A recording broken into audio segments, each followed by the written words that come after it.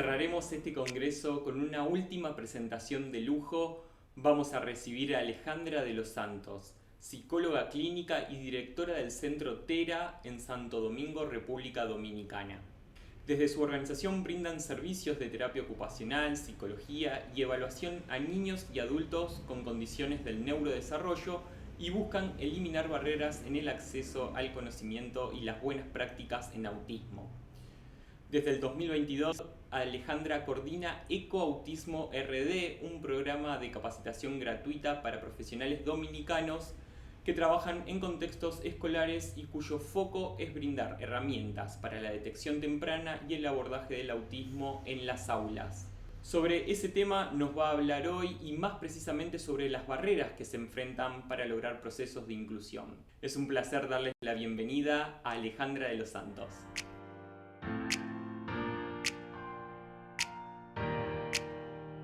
Hola a todos, mi nombre es Alejandra de los Santos y hoy estaré compartiendo con ustedes un tema que más que técnico quiero que llame a la reflexión y es barreras de la inclusión académica. Vamos a empezar con una frase que me pareció muy adecuada para lo que vamos a estar escuchando hoy. Mucha gente pequeña en lugares pequeños, haciendo cosas pequeñas pueden cambiar el mundo. Y no podemos olvidarnos de que muchas veces pareciera que los problemas que tenemos en las manos son más grandes que nosotros, pero granito de arena, realmente se forma la playa. Entonces, vamos a ver las cosas que vamos a presentar hoy, recordando siempre esa frase que acabo de presentar al inicio.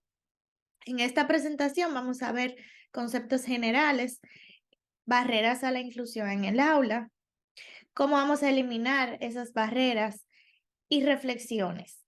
Evidentemente, las barreras que voy a presentar quiero que engloben la mayor parte del tema, pero estoy muy segura que hay otras que quizá no estaré mencionando hoy y que existen. Dentro de los conceptos generales, entiendo muy apropiado que hablemos un poco de lo que es inclusión. Inclusión lo vamos a ver como un proceso de participación igualitaria. Identifica y elimina las barreras. Es muy importante poder participar de un proceso donde solamente la meta no es vamos a tener todos igualdad en las oportunidades, sino también cuáles son esas limitaciones que podemos encontrar en el camino para poder lograr una verdadera inclusión.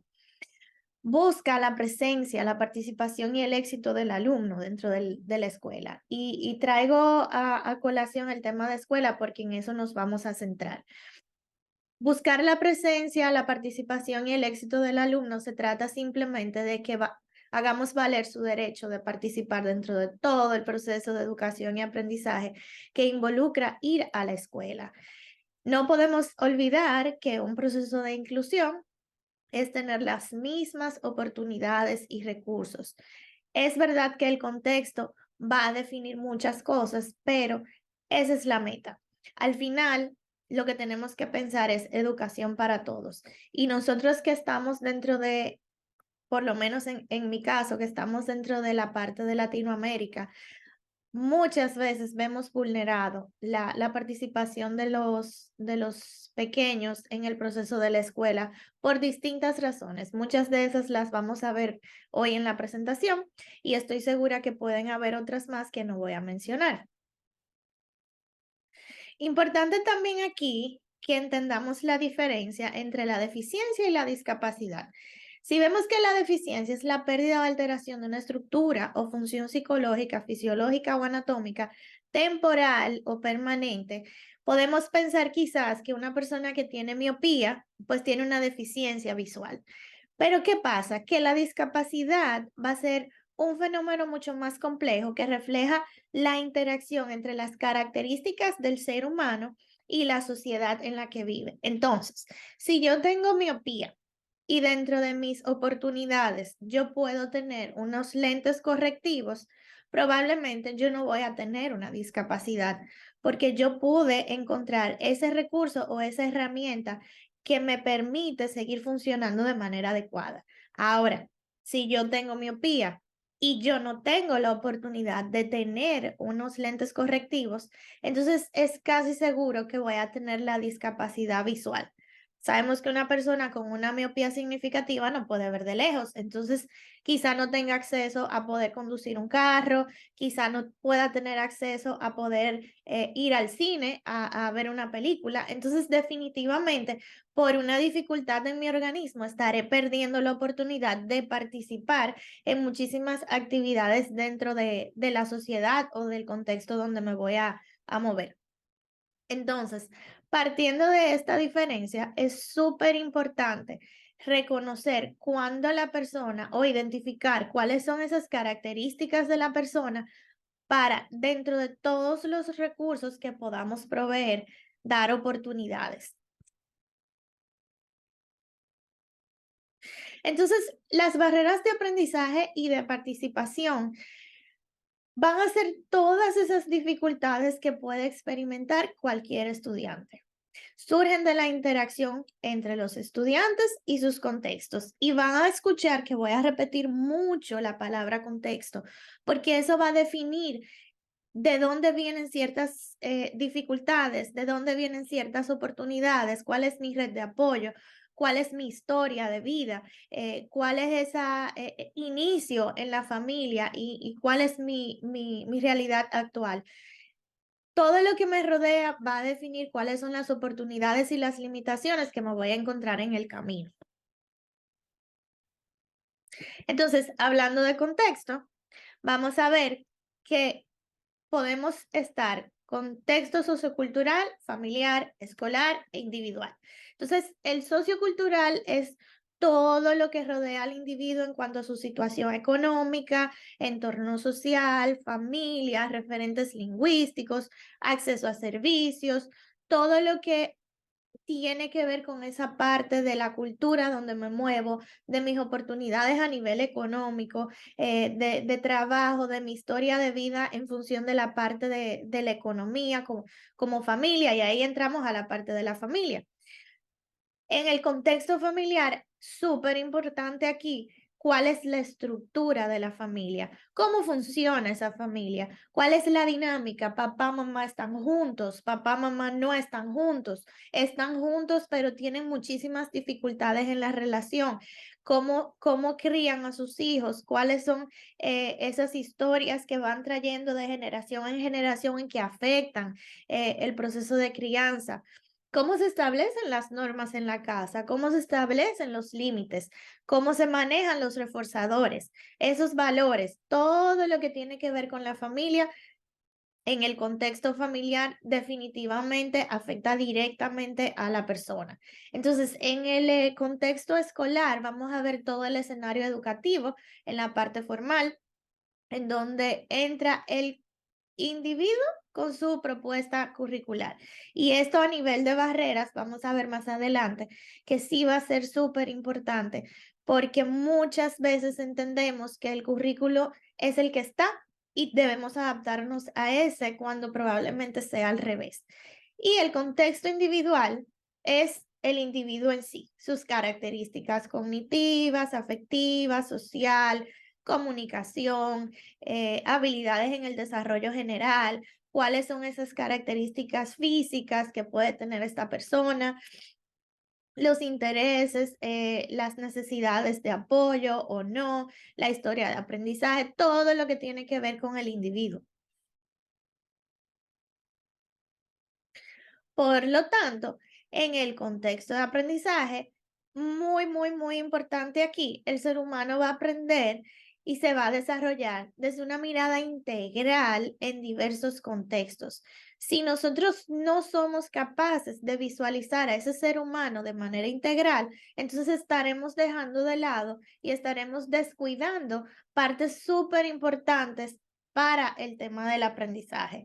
Si yo puedo tener un niño súper inteligente, pero que a nivel de la parte emocional o eso tiene alguna relación con su familia, no está bien, entonces voy a tener un incidente en el camino del aprendizaje. Lo mismo pasa si yo puedo tener un niño con grandes oportunidades como individuo a nivel cognitivo, de la comunicación, de motivación, de la parte emocional, pero igual a nivel de contexto sociocultural tenemos grandes dificultades y es un niño o una niña que pasan muchísimas precariedades para asistir a la escuela, entonces su proceso de aprendizaje se va a ver incidentado por esa parte. Entonces, no podemos olvidarnos que cuando tenemos un niño sentado en el aula, atrás de él hay todo un mundo que lo rodea. Entonces, ¿qué pasa cuando el derecho a la educación se ve vulnerado?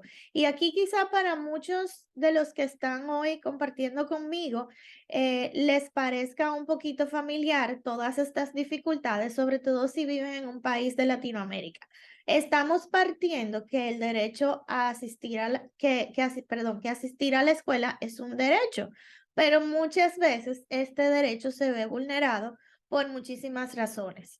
Entonces, ¿qué va a pasar? Bueno, tenemos un grupo de niños que no logran ingresar a la escuela. 10, 11 años y todavía no han podido ingresar a la escuela porque no tienen una escuela cerca, porque no tienen un acta de nacimiento, porque no cuentan quizá con las herramientas para poder ir a la escuela, etcétera, etcétera. El ingreso tardío a la escuela también es otra característica importante. Niños que no tuvieron ese proceso de primero de primaria en adelante, donde no se trabajó de manera adecuada su proceso de alfabetización, donde quizá papá o mamá tuvieron una dificultad a nivel del núcleo familiar y no pudieron llevar el niño en el momento que tenía que ingresar por primera vez a la escuela y lo fueron posponiendo, enfermedades, muchísimas razones. Otra cosa que también es súper, súper común es niños que ingresan a la escuela, pero no permanecen. No permanecen volvemos otra vez, por una situación de la familia, pero aquí es algo muy importante que por lo menos en la República Dominicana lo podemos ver con frecuencia, y es niños que pudieran tener alguna situación en el comportamiento y el colegio le dice a la familia, mira, ahí está, pasó todo esto, no podemos manejarlo, llévatelo y cuando resuelvan me lo vuelven y me lo traen. Y muchas veces la familia ni siquiera cuenta con los recursos que se necesitan para llevar ese niño a terapia o para llevar ese niño al neurólogo o llevarlo a hacer estudios mucho más específicos. Entonces, al final,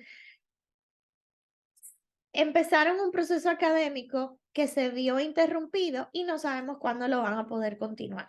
Muchas veces se convierten en adolescentes luego que ingresan a trabajar o que se enganchan en otro tipo de actividad y es más difícil en una edad avanzada retomar la escuela donde la dejaron. Y quizá hay muchos adultos del día de hoy que podemos encontrar por ahí que cuando le preguntamos el nivel académico llegaron a un octavo, llegaron a un bachillerato, pero no se completó. Niños también que pueden repetir uno o más años. Quizá algún chico que tenga una discapacidad intelectual importante, la escuela quizá no tiene las herramientas o el conocimiento, como vamos a ver ahora dentro de esas barreras, para poder manejar la adaptación que el niño necesita. Entonces, te cursan un primero, un segundo, varias veces. No sé en otros países, pero dentro de la República Dominicana, debido a esto, se vieron en la necesidad de que de primero a tercero los niños no van a repetir el año escolar. Entonces, ahora pasa que van siendo promovidos con muchísimas lagunas y no se interviene a tiempo las necesidades que se van identificando. Abandono temporal de la escuela, bueno, pues parecería un poco lo que fui comentando en el ingresan a la escuela, pero no permanecen. Y muy importante aquí son aquellos que entran a la escuela, permanecen en la escuela, pero no aprendieron. No aprendieron no solamente porque tengan una dificultad, no aprendieron también quizá porque la metodología no era la adecuada, no aprendieron porque los adultos que le enseñaron tampoco manejaban buenas herramientas. Entonces pueden ser muchas variables, tanto del individuo como del contexto que les rodea, las que van a definir el tipo de aprendizaje que voy a tener. Esta imagen me encanta y la pongo aquí al inicio porque quiero que la tengamos en la mente cada vez que vayamos a hablar de cómo podemos ayudar, de cómo podemos romper con estas barreras. Entonces, lo más importante en un escenario dentro del área de la educación va a ser identificar cuáles son esas barreras que está enfrentando el individuo, el grupo de individuos que tengo bajo mi cargo y poder ir eliminando cada una. Puede ser sorprendente que quizás las barreras que necesitan de mayor recurso económico, de mayor recurso, eh, vamos a decir, de Estado, de gobierno, quizá no sean la mayoría de barreras que van a influir en que el aprendizaje se vea incidentado, y eso lo vamos a ver ahora. Y volvemos otra vez a la frase que decía al principio, la inclusión busca la presencia, la participación y el éxito de todos los alumnos. La presencia es que lleguen puntual, que no haya ningún incidente. La participación es todo lo que va a suceder durante su proceso de clase dentro de la escuela. Y el éxito es el resultado. O sea, no es simplemente sacar una buena nota, sino cuál fue el resultado de ese proceso de educación. Entonces, si ven aquí, el yo dar recursos iguales a todos sin saber cómo son esas características de cada uno, es lo que me va a llevar a lo que vemos aquí. Tres personas de diferentes tamaños con los mismos banquitos no van a tener la capacidad de observar el juego. Ahora, si yo puedo identificar, bueno, hay uno que por la altura que tiene no va a necesitar un banquito, hay otro que quizá necesite uno y hay uno que va a necesitar dos. El objetivo al final es que todos puedan ver el juego. Entonces, definitivamente, lo que nosotros vamos a querer hacer es saber quién tengo sentado ahí, quién está en esa silla en mi clase y qué necesita. Quizá hay alguno que no necesita nada. Quizá ese que no necesita nada necesita ayudar a otro. Y es algo que puede incluso revertirse en un boost para su autoestima. Quizá hay uno que necesita gran ayuda y los recursos igual los puedo tener a mi disposición sin pensar en que hay que hacer una gran inversión. Entonces, visto todo esto, vamos a empezar a ir mencionando esas barreras que entiendo que son más generales y que pueden ir representando lo que sucede en el día a día. Entonces, barreras físicas o arquitectónicas quizás sean las más eh, lejanas al poder del maestro, al poder del director, pero definitivamente sí van a influir sobre todo en aquellos alumnos que necesitan adecuaciones en el plantel. Entonces, esa imagen que vemos aquí es una persona en silla de ruedas. No es lo mismo tener una silla de ruedas y tener que estar subiendo escalones a tener una silla de ruedas y tener una rampa. Pero igual, y es una palabra que ahora va a ser muy repetida, la creatividad humana no siempre va a necesitar de dinero. Entonces, ¿cuáles son los recursos que yo puedo tener dentro del plantel físico que me ayuden a hacer esas acomodaciones sin tener que esperar un decreto, sin tener que esperar una licitación, una compra de gobierno para poder tener una remodelación en la escuela? Barreras a la comunicación. Y aquí muy importante, sobre todo con estos chicos que podemos tener dentro del aula que están dentro del espectro autista. Muchas veces tenemos niños que tienen muy buena capacidad para comunicarse con el uso de visuales, pero no tenemos dentro del curso esos recursos para facilitar ese proceso de la comunicación. Igual chicos que pueden tener dificultad auditiva, es raro encontrar dentro de un aula donde hay chicos que no tienen dificultad auditiva, personas que tengan la capacidad de manejar el lenguaje de señas. Entonces, aquí, evidentemente, como decíamos al principio, el primer paso para poder ser inclusivos es identificar. Si yo no conozco cuál es el perfil de esa persona que tengo sentada ahí, no puedo hacer inclusión. Entonces, ahí entramos en un tema importante, sobre todo en los más chiquititos y en países latinoamericanos.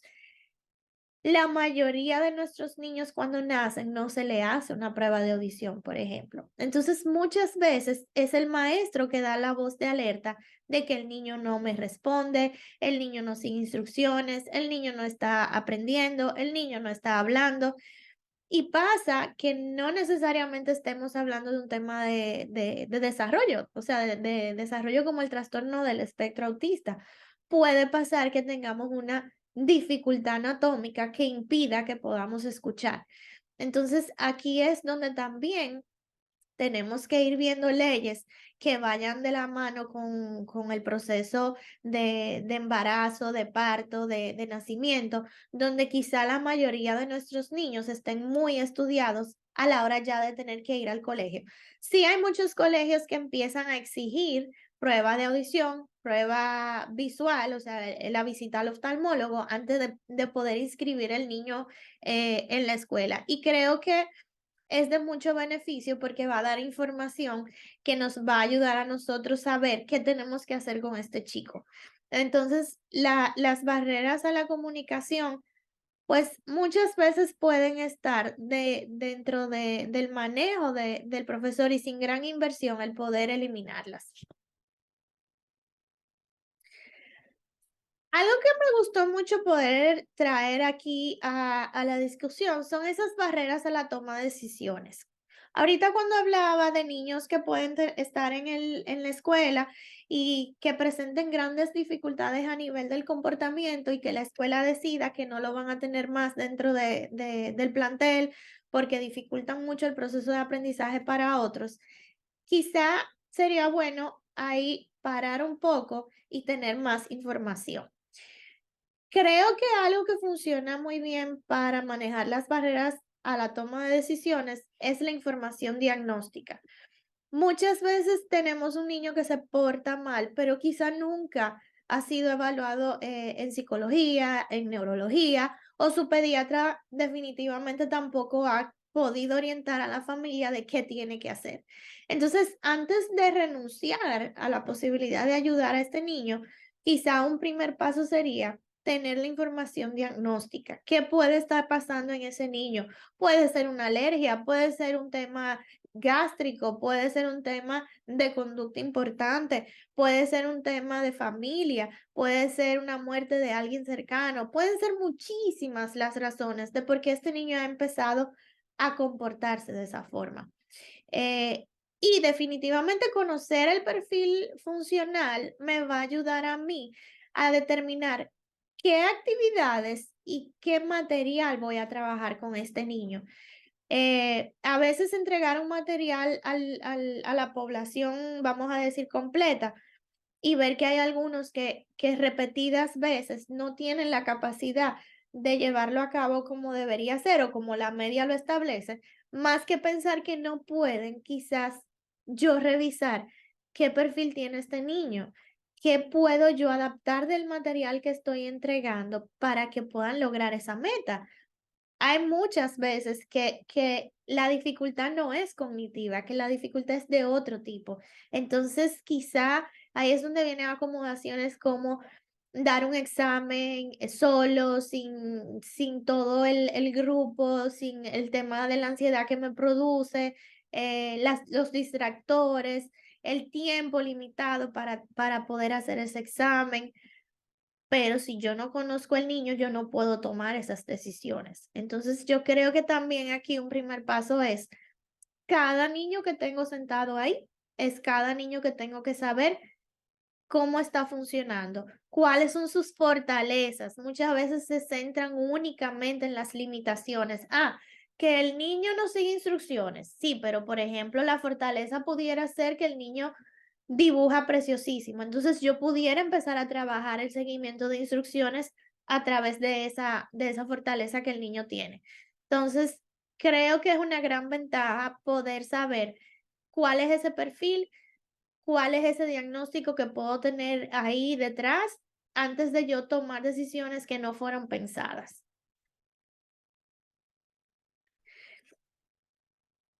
Otra barrera es la barrera a la interacción. ¿Cuántas veces no puede pasar que tengamos un niño problema al que nosotros vayamos retirando del grupo, al que se le impida la interacción con los demás porque es una mala influencia? Entonces, más que darle la oportunidad de desarrollar buenas habilidades sociales, estoy alimentando esa barrera de tú no eres capaz de compartir con el grupo.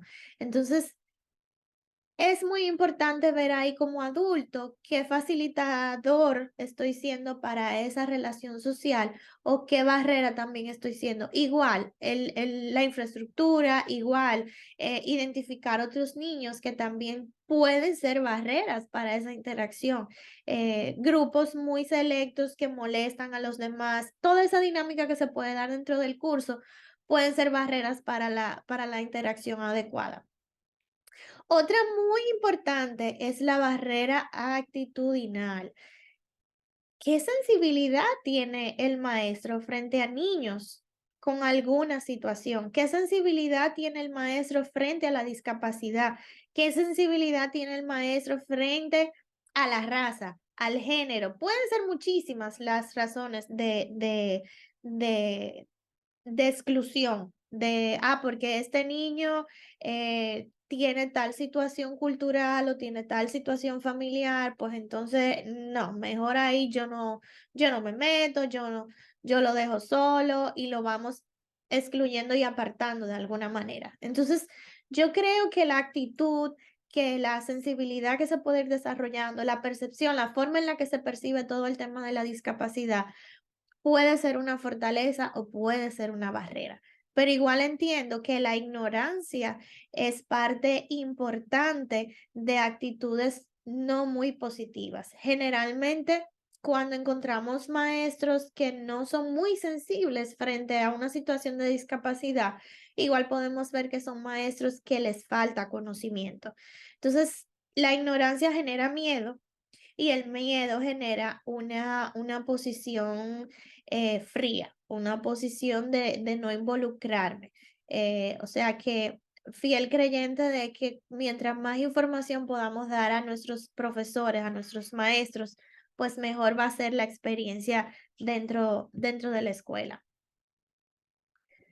Y barreras didácticas o curriculares definitivamente son importantes y requieren de cierto manejo técnico para lo que los maestros deberían estar preparados. El hecho de que yo tenga un niño de 6 años en un primer grado con una discapacidad intelectual importante no significa que yo tenga que tenerlo en haciendo las mismas actividades que los demás niños de su entorno que no tienen una discapacidad intelectual. Puedo generar muchísima dificultad a nivel emocional, a nivel conductual, exigiendo algo que ya yo sé no va a proceder en ese momento. Entonces, esas adaptaciones curriculares son muy importantes de acuerdo con el perfil cognitivo, el perfil de la comunicación, el perfil social, o sea, todo lo que es el ser humano de manera integral va a estar definido eh, y va a dar la respuesta de cuáles son esas acomodaciones a nivel curricular que voy a necesitar dentro del entorno escolar. Entonces, muy importante. ¿Cómo podemos eliminar barreras? Obviamente, lo que voy a presentar aquí no es la solución total, sino cosas importantes que no quería dejar de mencionar y que de alguna manera siento que pudieran orientar a aquellas personas que me están escuchando hoy. Entonces, así como en nuestro país, imagino que en muchísimos países del mundo, no de Latinoamérica, sino del mundo también, las leyes han ido cambiando en función de las necesidades que se han ido presentando. En nuestro país, la ley número 513 sobre discapacidad en la República Dominicana, pues sustituyó una ley anterior. Y en esta, los temas centrales tienen que ver con el respeto a la dignidad inherente a la condición humana, la no discriminación, la igualdad de derechos, equidad, como podíamos recordar ahora aquella foto que puse de las 3 personas y los banquitos, solidaridad, justicia social, integración e inclusión, participación, accesibilidad. O sea, todo lo que tiene que ver con el tema de inclusión, de derecho a la educación, pues viene contenida en la ley y de alguna manera abre el espacio para que todos los colegios, todas las escuelas tengan que adaptar sus currículums, sus departamentos de inclusión, empezar a aparecer para que todos los niños puedan participar dentro del proceso de aprendizaje. Incluso en este momento en nuestro país, también como relativa novedad, está el hecho de que las universidades empiezan a tener áreas de inclusión académica. Y eso le está abriendo la puerta a muchísimas personas poder acceder a una educación superior teniendo la capacidad que anteriormente no lo podían hacer. O sea que creo que a nivel de Estado ya hay mucha más sensibilidad que en años anteriores frente al tema de discapacidad y empiezan a moverse las cosas. Otra forma de eliminar barreras y que depende enteramente del maestro es la adecuación del aula.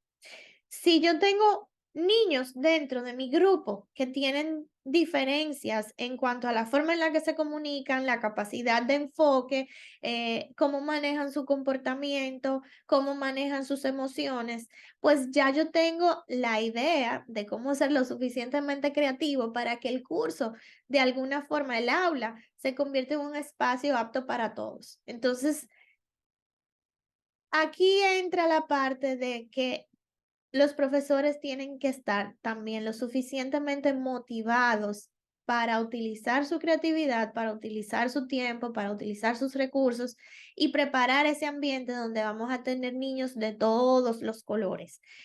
Porque definitivamente un niño no se parece a otro, aún teniendo el mismo diagnóstico. Otra parte súper importante es el trabajo en equipo con los profesionales involucrados en el caso del niño. Aquí estoy hablando de niños que tienen algún diagnóstico o que han sido evaluados y empiezan un proceso de intervención.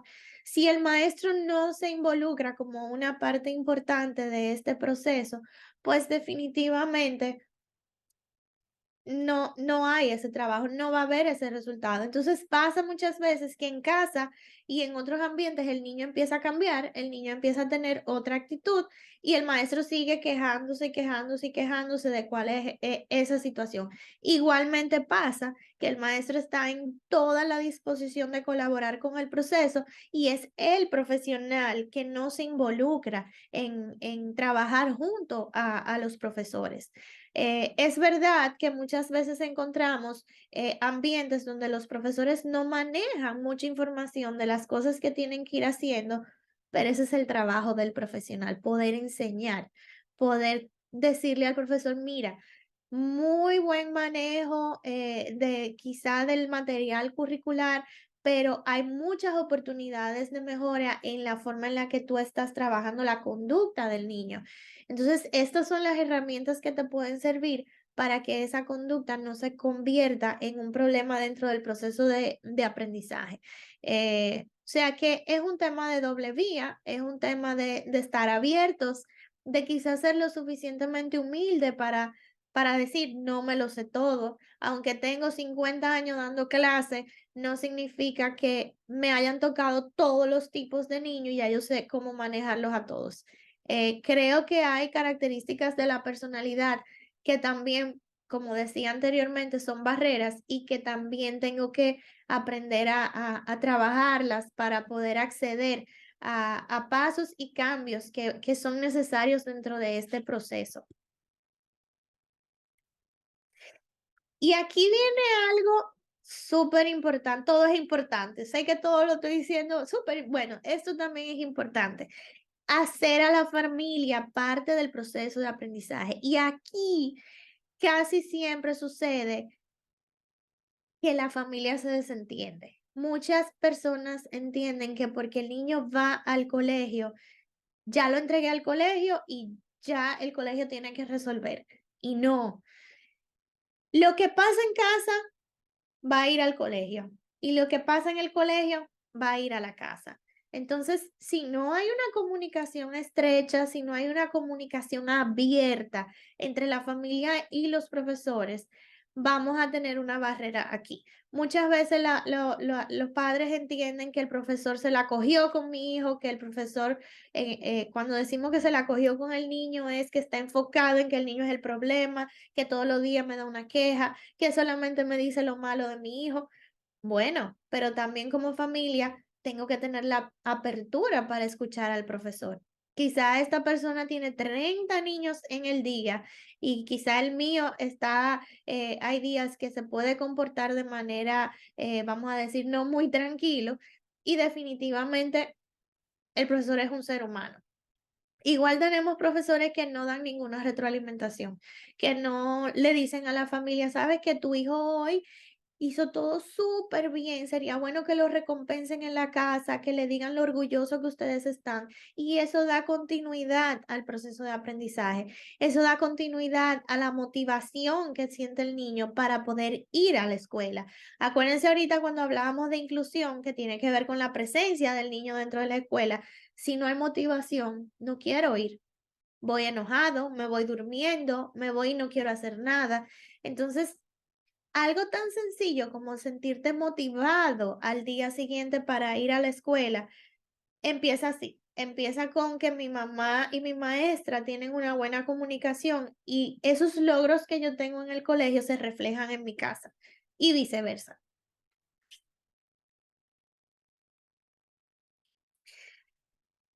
Otra forma de manejar barreras es la formación a docentes y aquí todos podemos poner un granito de arena. Creo, como decía ahorita, que gran parte de las dificultades que podemos tener a la hora de manejar personas dentro del aula con algún tipo de discapacidad es la ignorancia.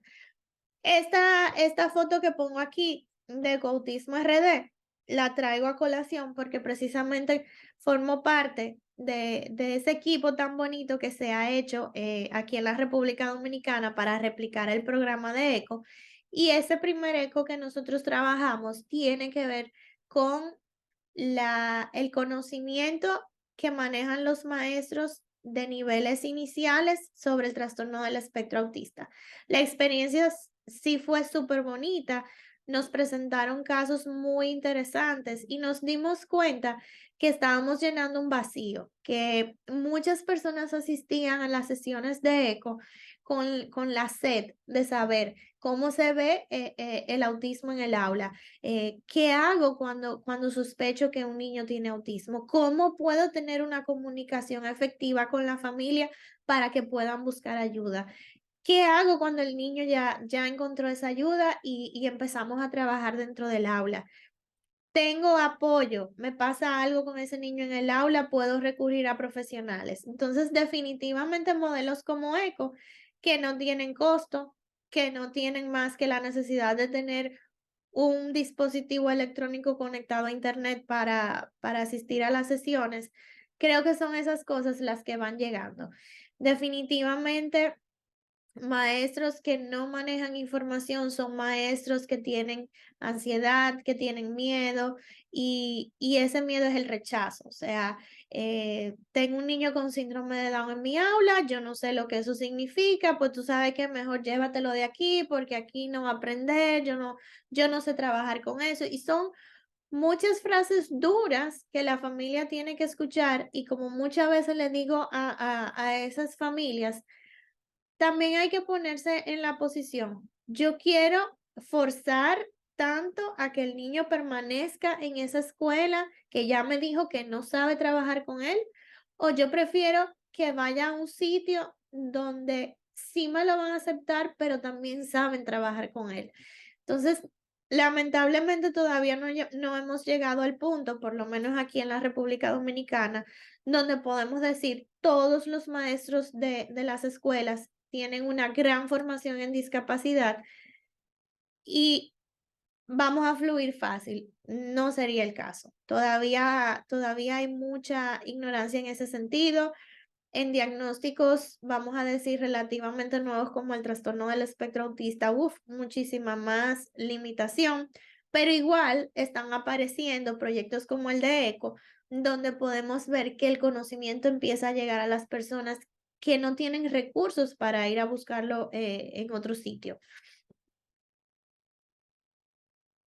Entonces, a modo de reflexión, quiero resaltar estas cuatro cosas. La formación es vital. Si sin conocimiento no puedo hacer grandes cambios. Si no manejo las herramientas que necesito para trabajar dentro del aula, para trabajar con ciertas personas, entonces definitivamente la mejor opción va a ser no lo hago. Creatividad. Eh, es increíble cómo la mayoría de las cosas que suceden en el día a día trabajando con cualquier persona que presente una diferencia, ni siquiera una discapacidad. Yo no tengo un manual, yo no tengo un libro de referencia donde yo pueda ir y decir, ok, tal característica, ¿cuál es la solución? Entonces, al final, tenemos que ser creativos. Yo creo que las grandes soluciones vienen de personas muy creativas. Y estamos viviendo ahora un tiempo y un mundo que empieza a limitar un poco la creatividad de nuestros niños. Hay que, como maestros, ser modelos de creatividad. Y al final no es la inteligencia, es la creatividad lo que me va a llevar a resolver ese problema. O sea que todo lo que pueda alimentar la creatividad de los adultos y de los pequeños, entiendo que es una habilidad que se tiene que mantener. Empatizar. Si no me pongo en el lugar de la otra persona, yo no sé cómo se está sintiendo. Si yo no practico dinámicas con el grupo sobre cómo se está sintiendo ese compañerito que no ve o que no puede utilizar las manos o que se siente muy sobrecargado cuando las luces están prendidas de tal manera o cuando hay un cambio de hora y todo el mundo hace bulla. Si yo no hago dinámicas que le enseñen a los demás cómo se siente esa persona, pues no voy a generar esa sensibilidad de grupo que me va a ayudar a incluir a mi compañero. Entonces, empatizar es una variable súper importante a mantener y a recordar durante todo el proceso de aprendizaje.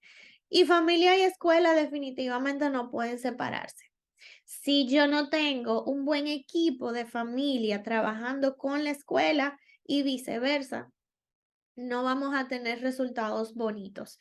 Vamos a tener dos grupos haciendo cosas diferentes, boicoteando el trabajo del otro, enseñando valores quizá con los que yo no estoy de acuerdo, generando conflicto entre un lado y el otro. Entonces, al final, eso se va a convertir en una barrera y no en ese equipo que va a ayudar a que el proceso de educación se vaya desarrollando. Entonces, me gustaría terminar con esta frase que dice, el cambio es siempre el resultado final de todo verdadero aprendizaje.